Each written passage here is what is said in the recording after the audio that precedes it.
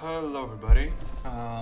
So I've been wanting to make this kind of video for a while now. Some kind of tier list for the Skaven. This is actually my first video ever made, so I truly apologize if it's a bit all over the place for now. Maybe while I make more of them, I will get better at it, but for now, this is it. Um, so it's May 26, 2026. We are awaiting a new season for the 4th edition. So while we're waiting, I wanted to make a tier list for what we have right now, up to now at least.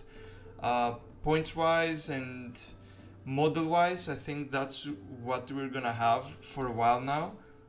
I don't expect any more refreshes in the future, like Plague Monks or something like that. I don't think they're gonna be refreshed soon. Um, but yeah, I was kind of bored, so I thought, why not just give my insight on the faction? So, just a little background for me. I've been playing for 2 years. I have 17,000 points of Skaven. I pretty much have everything for Skaven. I've played countless games. I probably been playing for um, 2 matches per week. I play competitively. I live in Greece, and I've won a couple of tournaments, local tournaments and a bit larger ones, and consistently been winning placements in the top three for my community. So these are my um, achievements for now. So I'm not just talking out of my ass. Um, so let's get at it. We're gonna start from start to finish from for what we have right here. I didn't make this list. I just added a bit of the new models. I'm not gonna talk about the kill pack. It's legends. So let's talk um, Globadiers. Um, I think Globadiers are still kind of meh for the points. They started out a bit more expensive, and it's been consistently dropping each battle scroll. I still don't see anybody actually playing them in tournaments. Um, I could see some use for them if you got like 90 points left out of your list and you don't know what to buy. Um, I think they're okay. Maybe I could see a use for 5 of them in a list.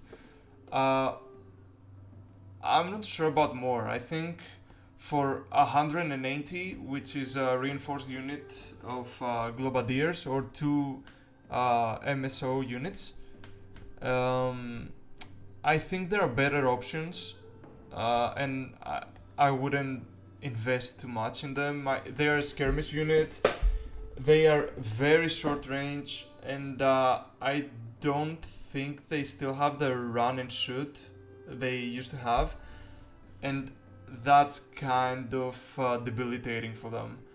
Uh, though they're really cheap, so I think they're okay. They're fine. They're not disgusting in D tier. They're not actually kind of useful for B. I think it's either bottom of B or C. Um, I don't know. They don't actually deal a lot of damage outside of attacking hordes, and even then, they don't have consistent damage. They have one attack each, if I remember correctly, and one attack each, three up, three up. That's not consistent at all. I'm not a big fan of it. I haven't played them for a while. On the other side, the Warplock Master, I think he's good. He has dropped a lot of points since his release. He's a wizard, and his ability is actually useful. Um, so if you're playing a Scryer list, he's an auto include every time. In my opinion, he just gives you an extra turn of shooting, so that's really good. The non-Scourge of Gairan Brute Terror. I think he is pretty okay. I think he's good. He's really susceptible to shooting, and he doesn't have a ward outside his sub-faction.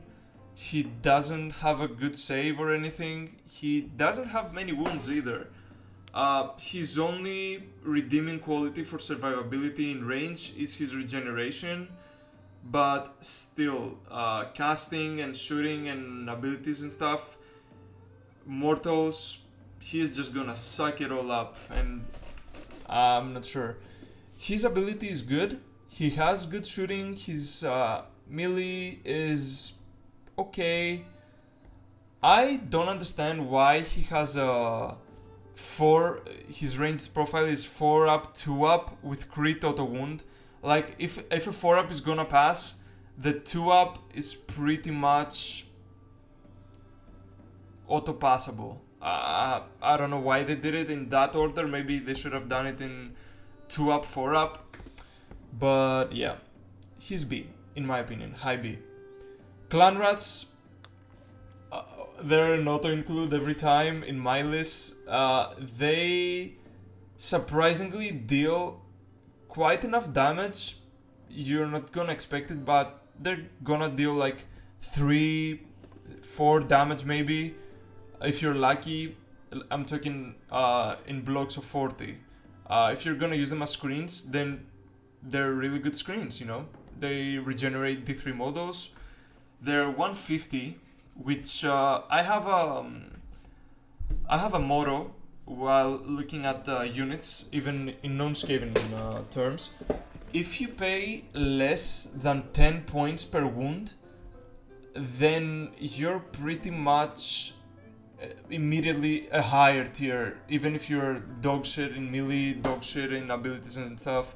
Because in general, most units you pay more than 10 points per wound. So that means you have more models on the board to control objectives, to screen out, and yeah, it's point efficient. The Claw Lord on No Beast, just awful. Just awful. It's still expensive. His ability is worthless. He doesn't deal much damage or anything. Come on, Games Workshop. Like, what was the plan with this one? Do we really need more control score on Clan Rats? Really? Like, we don't have enough control score on 40 Clan Rats. We just need to give 5 more, and I'm gonna pay 100 plus points for that? No, I don't think so. That's really bad. And even the problem is that if you're gonna drop him under 100 points, which I don't think it's gonna happen, like I don't see him going under 100 because he has 8 wounds, he's fast. Like, it's not gonna drop under 100 points, and Games Workshop doesn't change abilities. Like, they don't do that. He's gonna stay bad unless they change his word scroll or something. He's bad. The Clawlord on foot though, he's 70 points. Like, he's a hero. He has fight with me with Clan Rats and Storm Vermin, I think. But he's 70 points. That's really cheap. He's cheaper than the Globadiers. He like, I have never used him ever in any of my lists, but for 70 points, if I had 70 points to spare and I didn't want to swap out anything for something else, or if you like the Claw Lord, I think he has some uses competitively. Of course, I'm talking only competitively here. If you like the models, if you play for fun or whatever, then you're not gonna be really interested in tier lists whatsoever. So, for Claw Lord, competitively, maybe you can use him to screen out deep strikes or hold objectives in the backfield or distant objectives that you don't wanna, you know, um, waste resources on. He can do that. If you're lucky, he can fight okay, but it's 70 points, who gives a shit? So the Deathmaster, with the new releases of Eshin for Skaven, he has uses now. He's not just gonna give run and charge to a Deceiver or to 13 more Deathmasters, as we've seen in other lists. And Night Runners slash Gut Runners are not useless anymore. So he has uses. He is really hard to kill if you play him correctly. And the huge bubble of run and charge and shoot and charge in, for Eshin is good. In certain lists, he's A. If you don't play with Eshin, I think he's B. They raised his points again from 100 to 130 because of the Deathmaster spam list. So, yeah, whatever. Doom Flayers. Doom Flayers surprisingly got their points reduced, which I don't understand why. They're really good. They have good damage on charge. You can move them with 3 claw steps ahead. You can't resurrect them obviously, but they're still good. You almost pay 12 points per wound on a 4-up save. That's very good. If you have a reinforced unit of them, or even two of them can realistically just kill off a screen. Just 2 of them, which is insane. 100 points, that's good, really good. I like them. I don't really play them because I like to play more unorthodox lists, but if I played purely competitive to win a game, I would have 2 of them in a list. So, my unfortunate darling, a Doom Wheel. I really wanted Doom Wheels to be good. They are really not good. They have managed to make them not competitive for the whole edition. Their shooting is unreliable. Their damage in melee is garbage. They are fast. They can be moved with 3 claw steps ahead. And they have a 4-up save. Their ability is the only redeeming quality a Doom Wheel has at this point. In all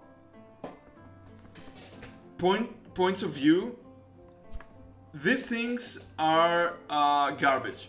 They're garbage. But I've been using them lately, and I find that this kind of,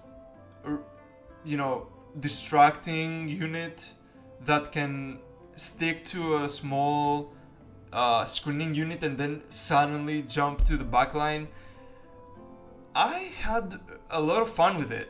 It's not gonna be good in any means, but it's not gonna be trash. Like,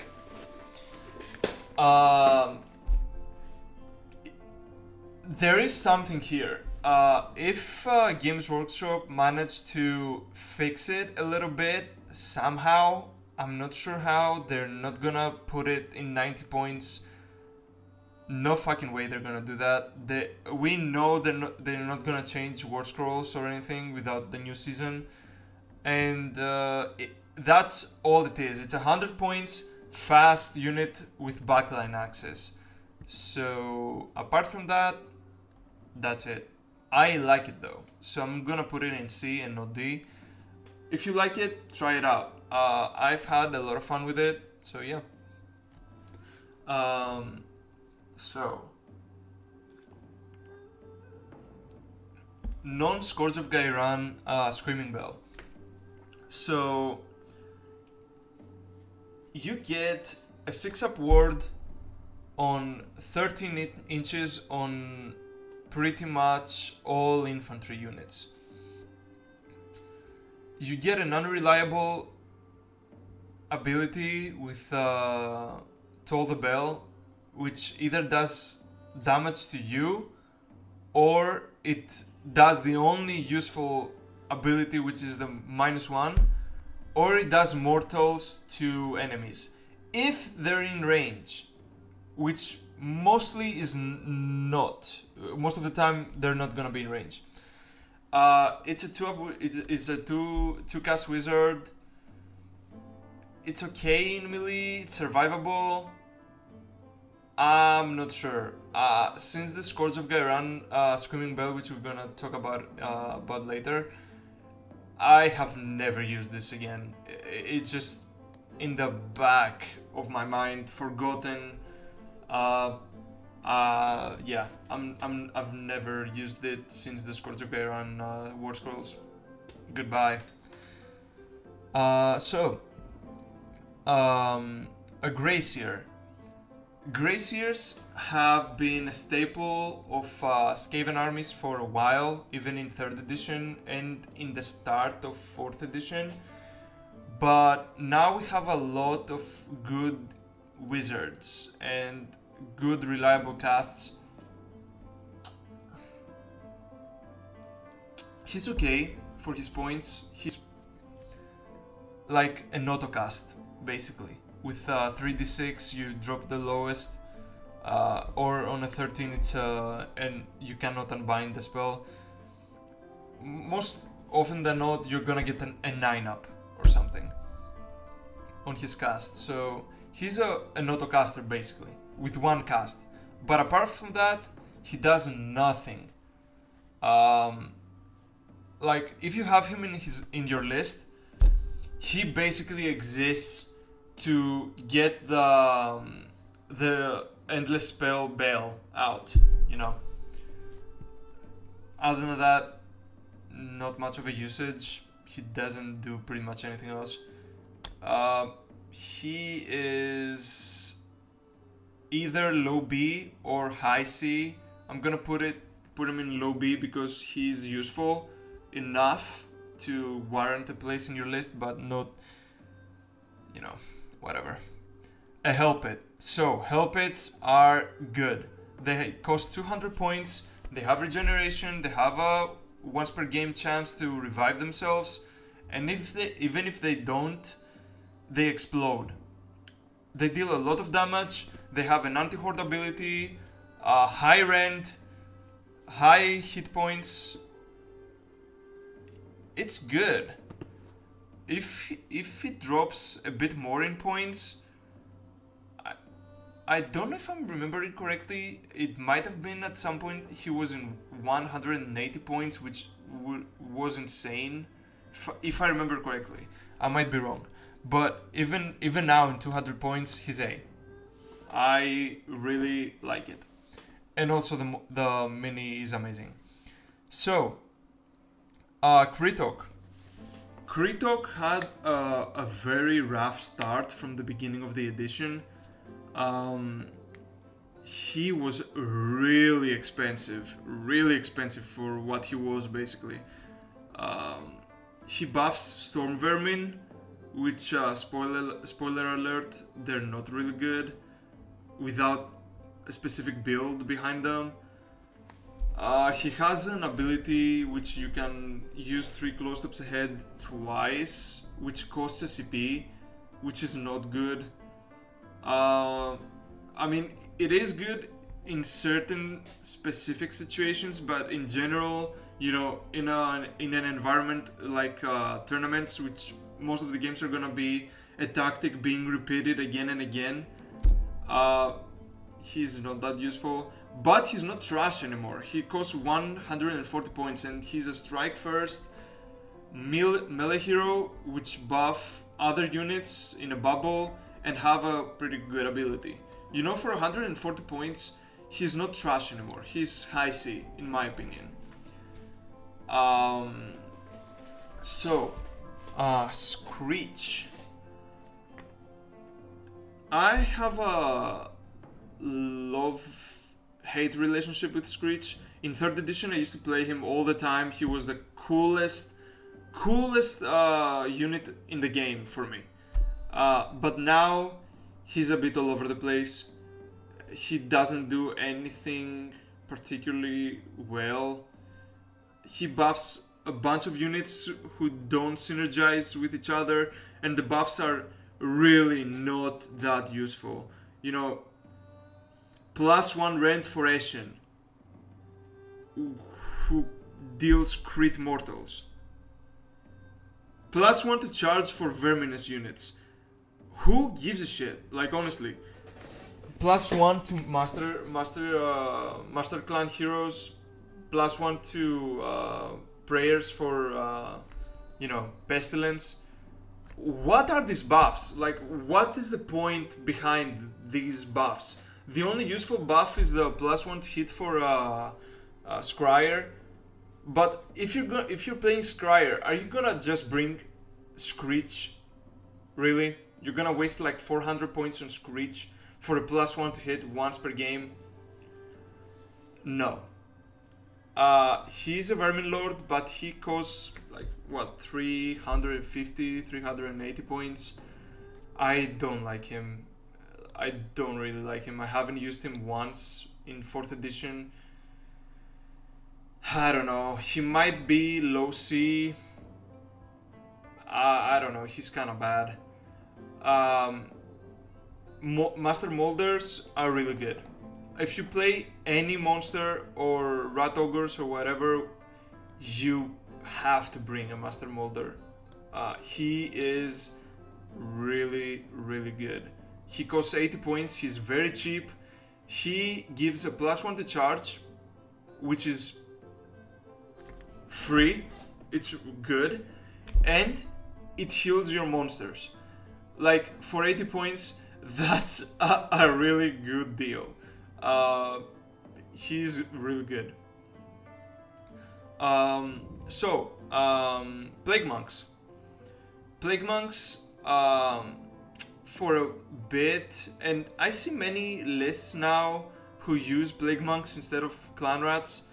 They have a usage, they are cheaper than Clan Rats, they don't have the model return ability, they fight the same, are the same.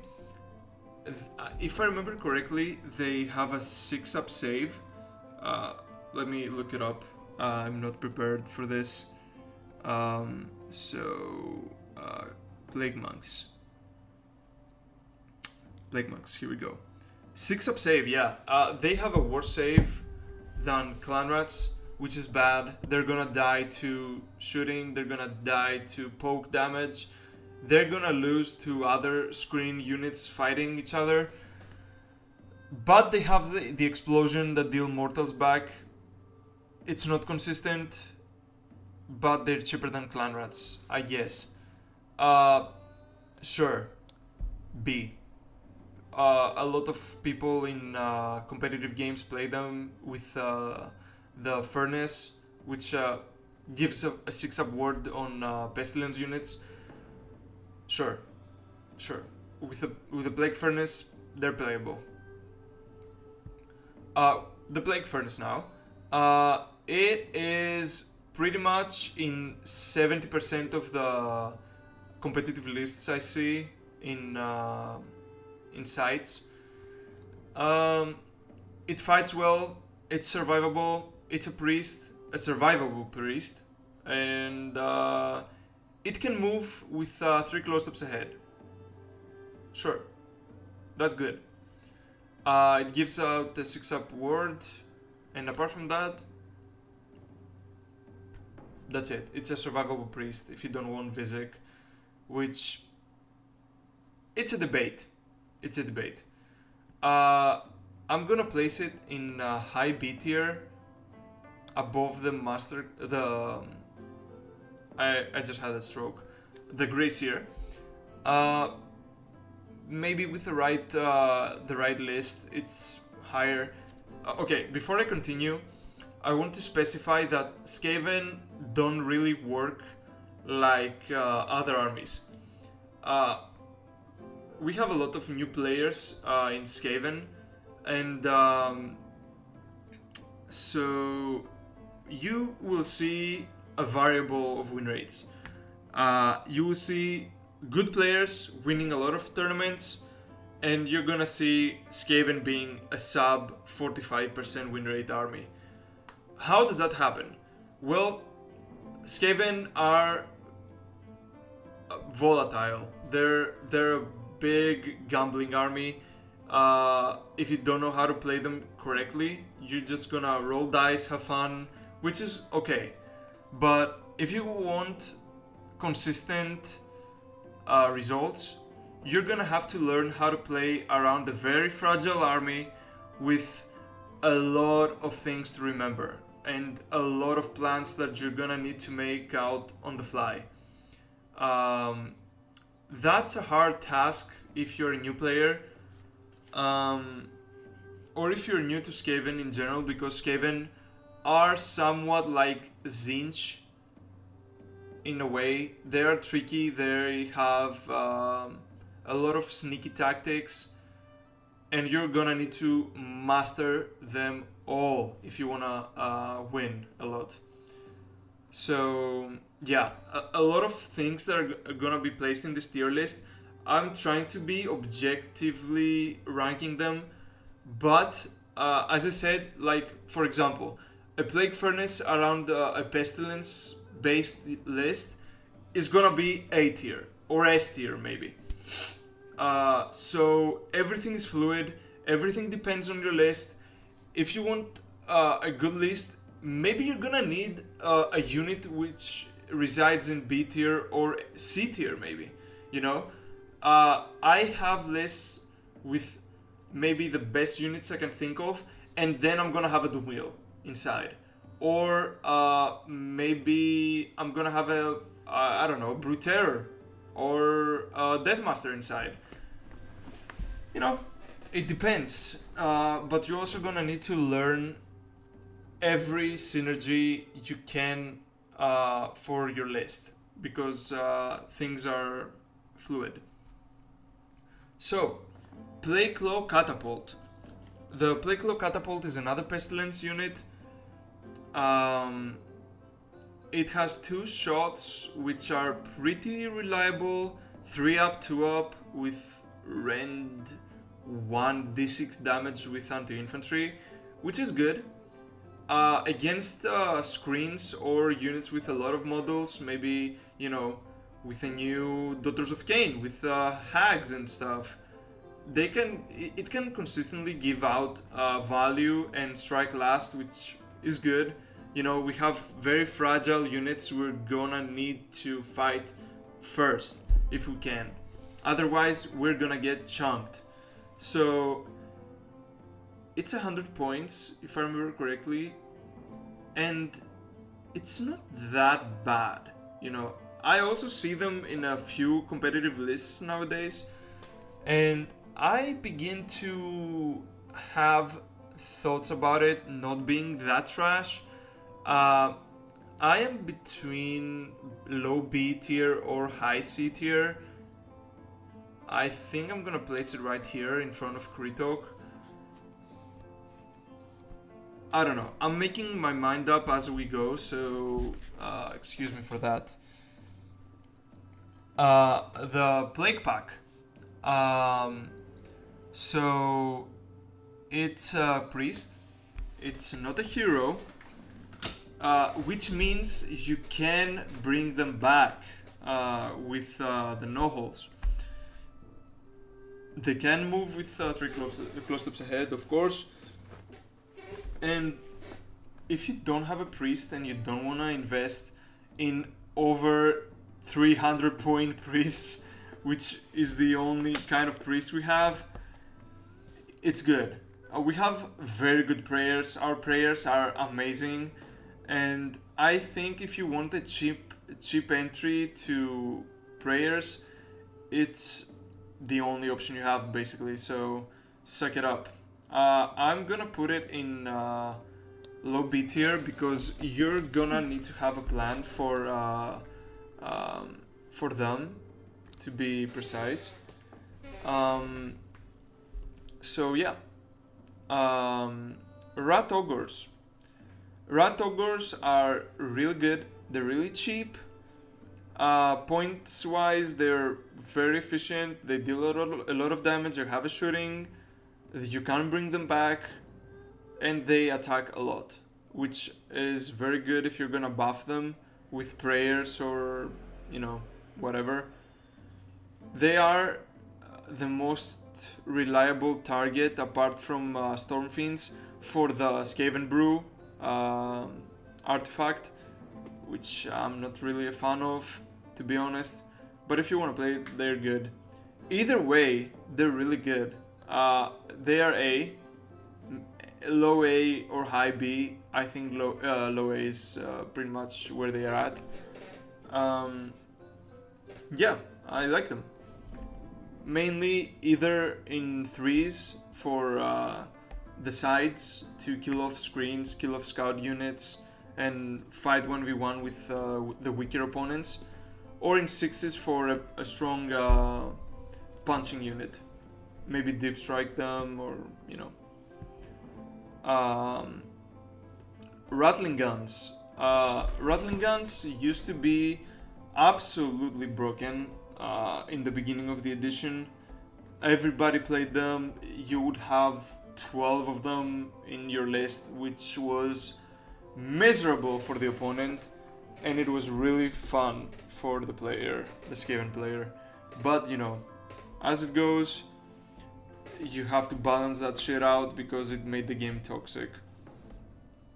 Right now they sit at around, they sit at 170 points, which is good. Yeah, they're good. They're not amazing as they used to be, but they're not bad. You can have like 3 of them or one reinforced unit of them if you want. In scry lists, I would play them a lot. They have crit 2 hits and a lot of attacks, which with the warp convocation, if I remember the name correctly, they're very reliable. I'm gonna address the other weapon teams while we're at it. The warp fire throwers, I think they're absolutely garbage. I think they're awful. 130 points for 2d6 attacks, not crit to hits like the other weapon teams. Very short range. What was the plan with this? Like, why not give it 2 hits as well? Or auto wound or something. Maybe auto wound would salvage the word scroll, but right now I think they're shit. I haven't used them ever. Maybe for a fun list with the drill. Maybe you have a reinforced unit of them and you drill right next to a target and you just flamethrower the shit out of it. But that's not competitive whatsoever. Because you do the teleport in the movement phase and you shoot in combat. So, but that's dreadful. That's real bad. Talking about really bad, the War Blaster. From the beginning, from its release, it's been awful. It doesn't compete with anything in its price range. It's 120 20 points or something. And the Rattling Guns are not that far ahead in points, so you just buy Rattling Guns. Why on God's green earth would you buy that? A war machine that you cannot bring back, 3d6 attacks, which can be made into 6d6. It's not good at all. It doesn't have that high of a range. It's bad. It's really bad. I think it's on the same level of garbage as the Claw Lord. Stormfiends are really good, not surprisingly. I think they're above the Hell Pit because they have a good save. They did get cheaper, 240.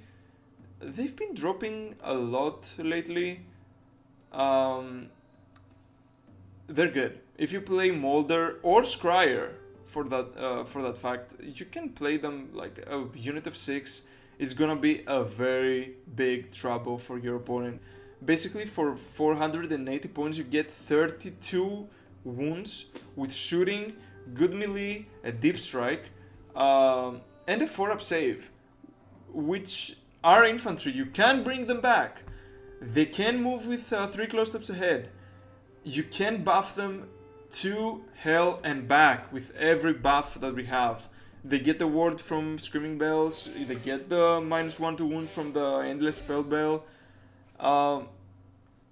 They're very good. Very good. Storm Vermin.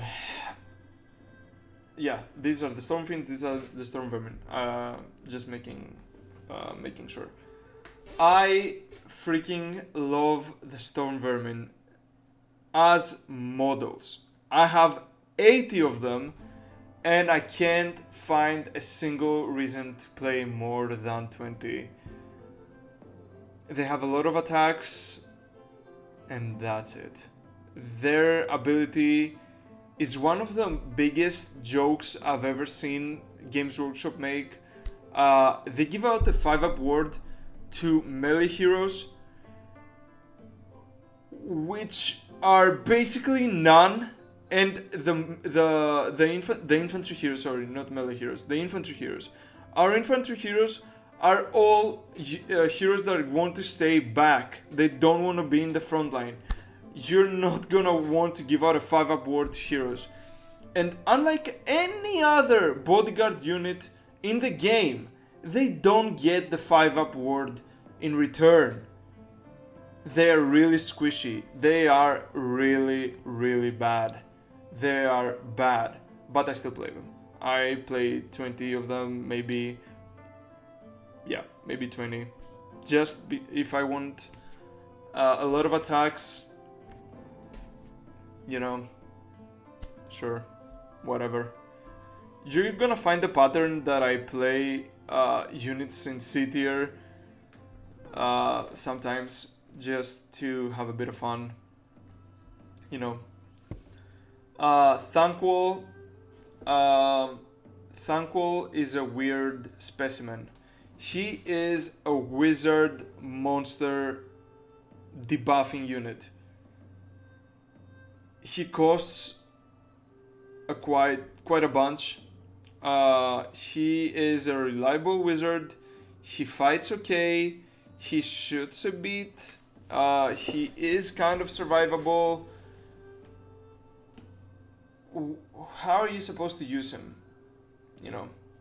You're gonna need a list that plays both defensively and offensively at the same time, because for a bit you want to stay back to reserve, your power and chunk with your spells, and then you're gonna want to go in.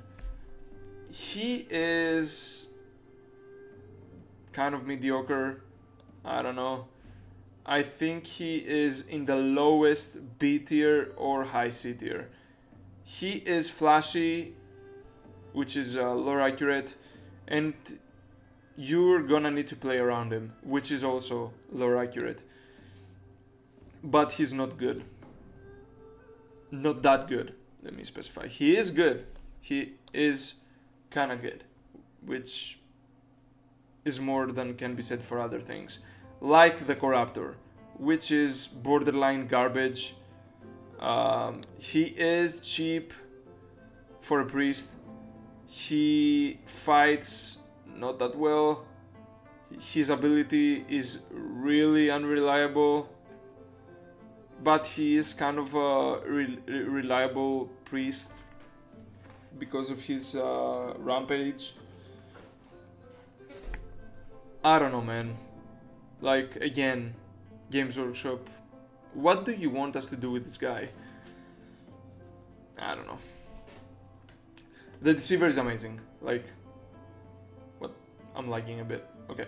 So, the Deceiver is amazing. He's one of the best tech pieces we have. He is strong, he teleports, he deals damage, he has shooting attacks, he has good synergy with other Eshin units, and he takes artifacts and traits, which are always gonna be the retreat trait and the Falhide trait, the Falhide artifact, or in certain situations the -1 save one, but why would you need that? He has a lot of rend, and most Eshin units have crit mortals. So yeah, I don't know. The Warbringer used to be dreadful. He used to be unplayable. You wouldn't see him in any list. But right now, he is really cheap. Like, he deals surprisingly a lot of damage with his rampage. And he's really cheap, you know? He has a 5-up ward, 4-up save, 13 wounds. Sure, he's not that shit anymore. Maybe high C, in my opinion. Yeah. Not much else to say. I like him. I don't really play him because you need to play around him a bit. But if you want to have him as a hammer, like, compare him a bit to Rat Ogres. He's not that good, but he has a 5-up ward, a 4-up save. He has crit mortals, and he has a lot of attacks, and his ability deals a lot of mortal damage to anything that's not a screen unit. Good. Really good. The Warp Seer is amazing. I've been a fan of this guy from the beginning of the edition, and I love him. He is a cheap to cast wizard. He competes with the Screaming Bell. He can fight. He buffs 3 close steps ahead, which is good. Or you can do a once per game mortal attack, which is also really good. His spell is debilitating, especially in this meta, which everybody wants to fight in melee. Everybody wants to charge. Everybody wants to, just clash with you. And being an army that doesn't really want to clash on the enemy's turn, on the enemy's terms and turn, he's good. He's really good. He's A, in my opinion. Maybe like right here. Sure. So, Vizik. Vizik has been dropping in points a lot. He used to be really expensive for his survivability. He is a victim of being a monster. He dies to shooting, he dies to poke damage because he doesn't have a save. He has a 5-up ward, he's tankier than the other Vermin Lords. He can fight in melee with his debuffs. And he is the only 2-prayer priest in our book, which is really good. Especially if you play hordes, a horde list with clan rats, storm vermin, maybe rat ogres, strike twice with maybe crit mortals, and you have a really strong unit there. But he is susceptible to a lot of damage. In a horde list, he's an S tier, in my opinion. A high A or an S tier. But in general, if you don't play a specific horde list around him, he is somewhere around here. Maybe somewhere here. Yeah. A bombardier, he is awful. Awful. Just unusable.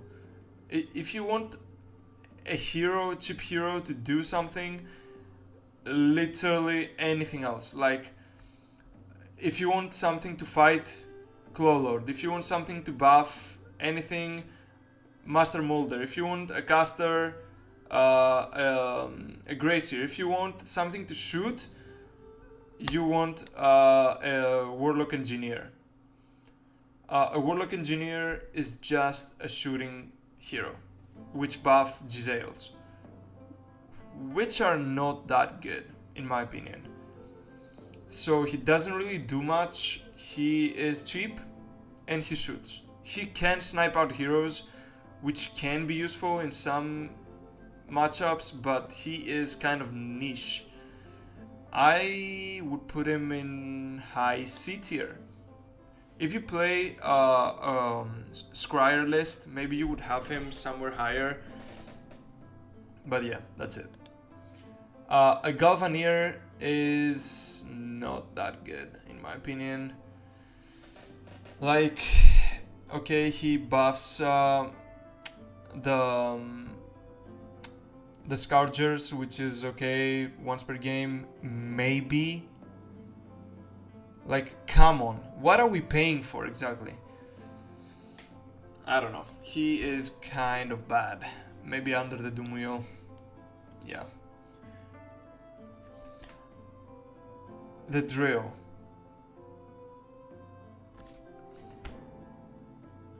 What was the plan again? What was the plan with this? He costs 140 points for an unreliable, really, really bad deep strike. On a 4-up, you need to be 6 inches away. The unit you're gonna deep strike in needs to be 6 inches away from another unit, and then you're gonna deep strike with a unit with a deep strike with him. That's gonna be 6 inches away from another. Too many rules. Too many rules. He doesn't deal damage. He is too expensive. Games Workshop just put the deep strike as it was. For God's sake, maybe put his attacks on 3, not D3. 3 attacks, deep strike automatically 9 inches away or 8 inches away if you want to make him, better. If you don't want him to compete with no holes. Right now he's one of the worst units in our book. I'm never gonna play him ever, which is unlucky because I really wanted it to be good. I love the model. I have 2 of them, and that's unfortunate. Warp Lightning Cannon. I like it. I think it's good.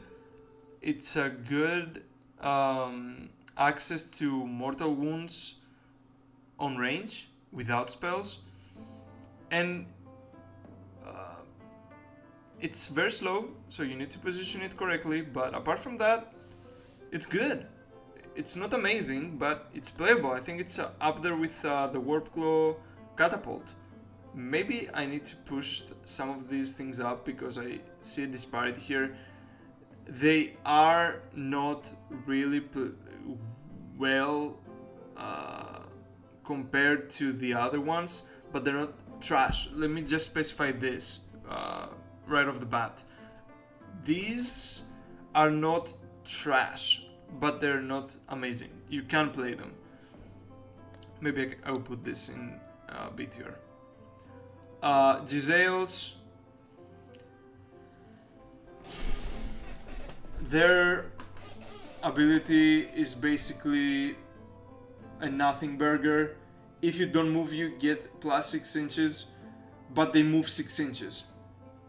So their threat range is exactly the same. They hit on 4s, wound on 3s, rank 2, damage 2 without a wound. 2 attacks each.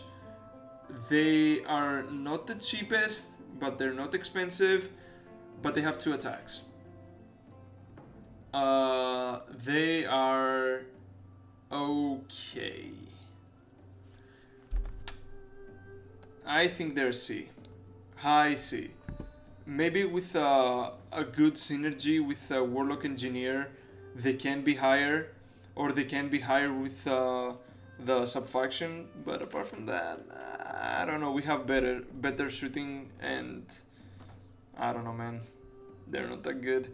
And also, let me make sure of something. If I remember correctly, they don't get the hiding ability. Yeah, they don't get the hiding ability like other weapon teams. Like, they can be shot.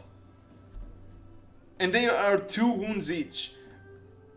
In comparison with the 3 wound weapon teams. Like, okay. The Scourgers, same points as Rattling Guns. More reliable shooting, but less attacks. With the bonus against cavalry, which you can see quite a bit in lists nowadays because people want mobility. But yeah, sure. They're gonna be higher than the Rattling Guns in certain aspects, but they're basically the same in general. I don't know. So, Soggy Brute Terror. If you don't play Molder, just don't play it. You won't find any use from it. If in Thanquol's Menagerie, it's really, really good. If you can play them. I don't remember if you can play Soggy units in Armies of Renown. Maybe you can. I don't really play Armies of Renown. I think they're not well balanced. But I also see a lot of wins with Thanquol's Menagerie with the 6 or 7, 6, 7 Hellpets spam with the 4 Master Molders and a bit of 1 or 2 Brute Terrors with Rat Ogres. Sure, you can find it there, but in general, it's good. It has a 5-up ward, which is more survivable than the main Brute Terror, but you need to build with it and around it. I think it's somewhere around here, you know. The Soggy, the Scourge of Gairan Screaming Bell is amazing. You can play it with anything in your list. It buffs everything. It's a 2-cast wizard. It's really survivable. It gets artifacts and traits which Thanquol cannot, which basically they're comparing each other. Its ability is amazing, with round 1, 3, 5 being +2 movement for mobility, and round 2 and 4, which are most often than not gonna be the rounds you're gonna be in combat in, being a debuff. It's amazing. It fights surprisingly really well in melee. If you charged. So, hey, it's amazing. I usually play it 80% of the time. It's really good. So, the new releases of Eshin are something. They are something. I see a certain trend of Games Workshop trying to make game lists less spammy and less models per unit, And especially with the new series of Sigmar and these models, um, I see them not being reinforced as something to be expected, kinda. Even though it's really, really annoying and frustrating, and you can't build around them anymore, you know, like being a unit of 20 gutter runners would be really amazing. I would love that, but they cannot be reinforced. Neither can night runners. So, yeah, night runners are cheaper than gutter runners. Obviously, they don't attack that well. Obviously, but they're really mobile and a really good tech piece. Obviously. Um, they're 130. They're still kind of expensive in my book. Maybe they should drop to 110 for what they do. Maybe 120. I don't know. 10 or 20 points would bring it higher, but I think they're somewhere in low B tier. A unit of 10 in your list, I think, would be not a bad investment. They can jump around, grab objectives out of nowhere, fight and not be killed. Yeah, sure. Um, Gutter runners. They are very expensive. They are really fragile. They are not survivable at all. They're really expensive. Really, really, really expensive. That's unfortunate because I really like them. I really wanted them to be, you know, something that you can play in an Eshin only list, which you can do, but it's not gonna be, you know, optimal. So yeah, sure. I hope they drop a lot soon. You know, I think they should drop 20, 30 points, to be honest. Then you can consider them, because you have to also think about them not being reinforced, which means they're not gonna deal a huge punch to the enemy. They're not gonna destroy an enemy unit instantly, so they're gonna fight and then they're gonna get killed, which is not worth 160 points. What is worth the points though is the new hero, Crixit. He is freaking amazing. 150 points for 13 attacks, which are really reliable with crit mortals, and also being damage 2 against heroes with Ren 2. Teleporting around like it's an off-brand deceiver. He buffs gutter runners. He's really good. Like, if you play him, you can bring both night runners and gutter runners and not even feel bad about it. He's worth every penny. What you can do, just to talk about some tactics about him, because I had a bit of a chance to play him for a bit. What you can do is you can charge, obviously, with a unit of gutter runners or night runners. You can teleport with him. Fight with optimally teleport him next to a hero, fight him, and even if you don't kill him and the enemy retreats, even if you are in combat, you can still teleport again. So let's say he retreats back, and you can teleport again on the next combat phase, and you can teleport wholly within 6 of the unit, of the Night Runner or Gutter Runner unit, which means you can teleport them behind the enemy screen, which is really good. And also he has a free retreat, which means you can, retreat.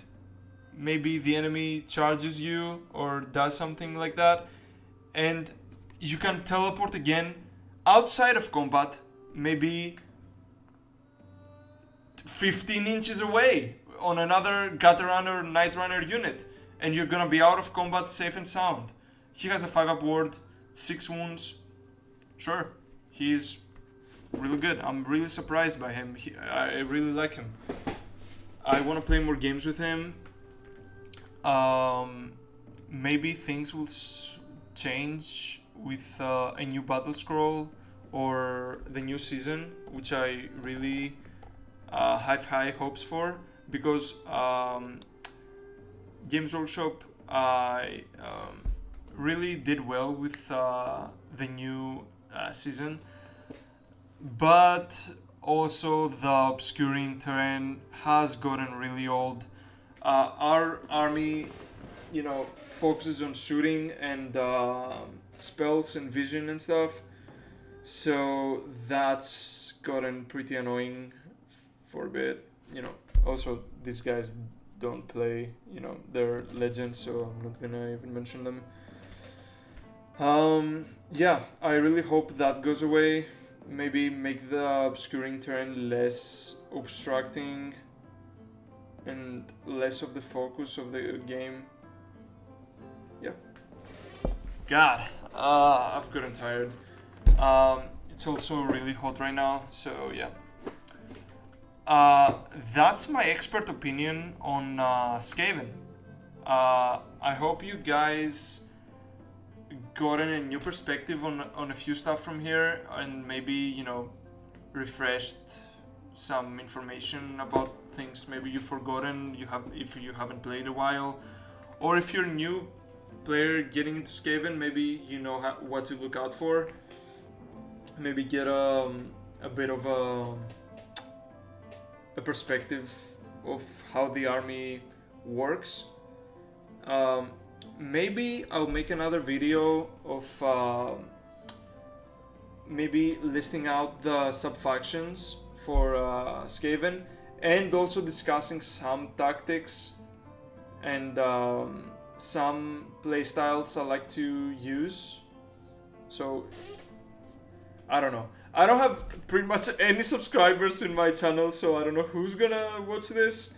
But if you like it, maybe stick around. I love Warhammer, and I have a couple of armies. I have Soulblight, and I'm also getting into Nurgle.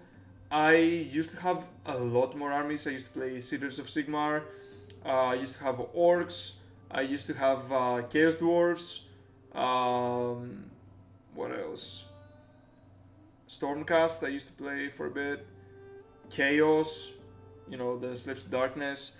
I used to play Beasts of Chaos also. Anyway, fun facts, whatever. So yeah, if you like this, maybe give me your opinion in the comments. I would really love to know what you guys think about it. Also, yeah, consider subscribing if you want. I don't know. I don't want to be that cringe YouTuber that says like and subscribe or whatever, but sure, if this video goes well, I will maybe make another one. So yeah, thank you for watching, guys.